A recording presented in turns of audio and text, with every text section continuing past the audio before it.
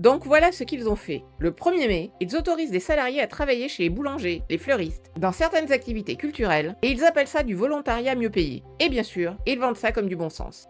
Oh, oui, quelle horreur. Des adultes sans laisse administrative.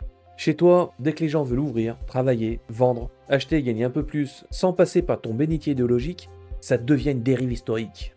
Non, le sujet ce n'est pas des gens décident. Le sujet c'est qu'on touche au 1er mai. Et le 1er mai ce n'est pas un dimanche pratique, ce n'est pas une variable commerciale. C'est le seul jour qui dit encore, dans le droit, qu'un salarié n'a pas à être disponible en permanence. C'est un acquis ouvrier, c'est une limite. Et évidemment, dans un monde où tout doit rester ouvert, rentable et flexible, cette limite devient insupportable. Merci pour l'aveu. Ce que tu protèges d'abord, c'est un symbole, pas la liberté réelle des personnes concernées. Donc, si un patron veut ouvrir, si un salarié veut bosser, si tout le monde est d'accord, il faudrait quand même interdire, parce que ta date sacrée ne se discute pas. Tu appelles ça un droit. Moi, j'appelle ça une liturgie obligatoire.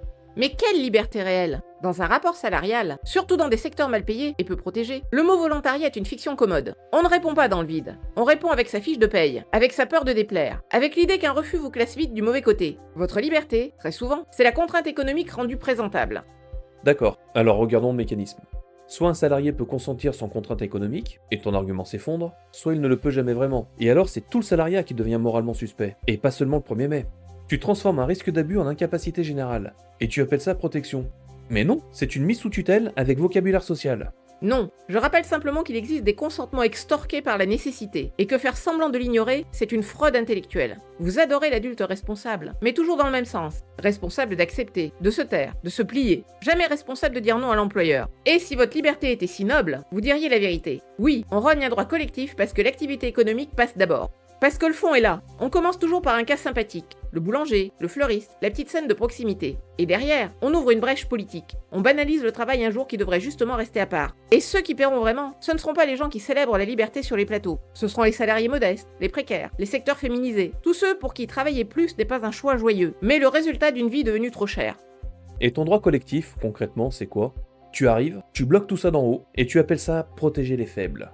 Le patron n'a pas le droit d'ouvrir, le salarié n'a pas le droit d'accepter, le client n'a pas le droit d'acheter.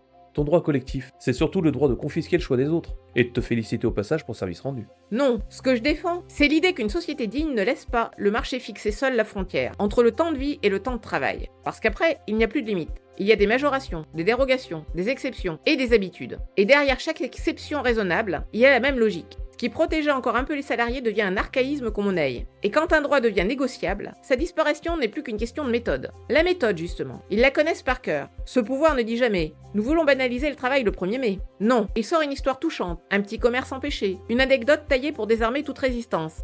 Il personnalise pour dépolitiser. Il atomise un principe en cas particulier, puis il appelle bon sens le recul du droit. C'est la méthode macroniste dans toute sa pureté. On ne supprime pas frontalement une protection. On la découpe en exceptions jusqu'à ce qu'elle meure en silence. Tu vois, même là, tu racontes tout à l'envers.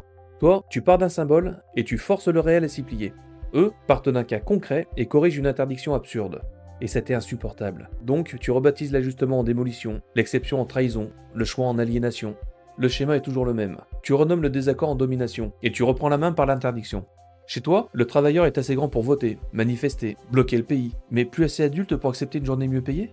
Ça, c'est pas de la justice sociale. C'est une garde à vue morale, ton truc. Non, ce qui est étouffant, c'est cette vieille escroquerie qui présente chaque limite au marché comme une insulte à la liberté. Poser une limite, c'est parfois la seule manière de protéger des gens qui ne négocient pas à armes égales. Le 1er mai n'est pas un folklore, c'est une frontière. Et le vrai scandale de ce texte, ce n'est pas d'ajouter une journée de travail, c'est d'apprendre au pays qu'un droit peut mourir très proprement, à condition de l'appeler bon sens.